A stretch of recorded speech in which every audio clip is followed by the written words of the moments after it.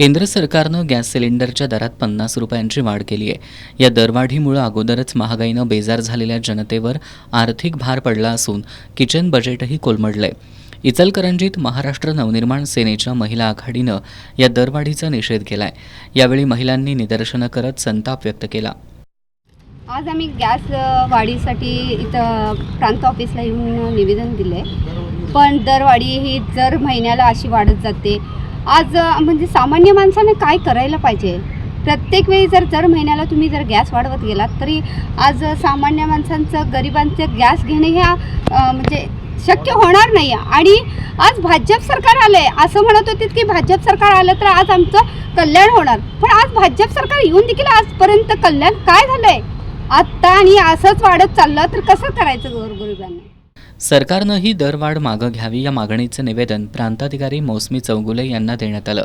यावेळी प्रियांका पाटील, पूजा पोवार, सुवर्णा शिंदे, राजेंद्र निकम, प्रताप पाटील, ऋषिकेश मराठे, सचिन माने आदी उपस्थित होते।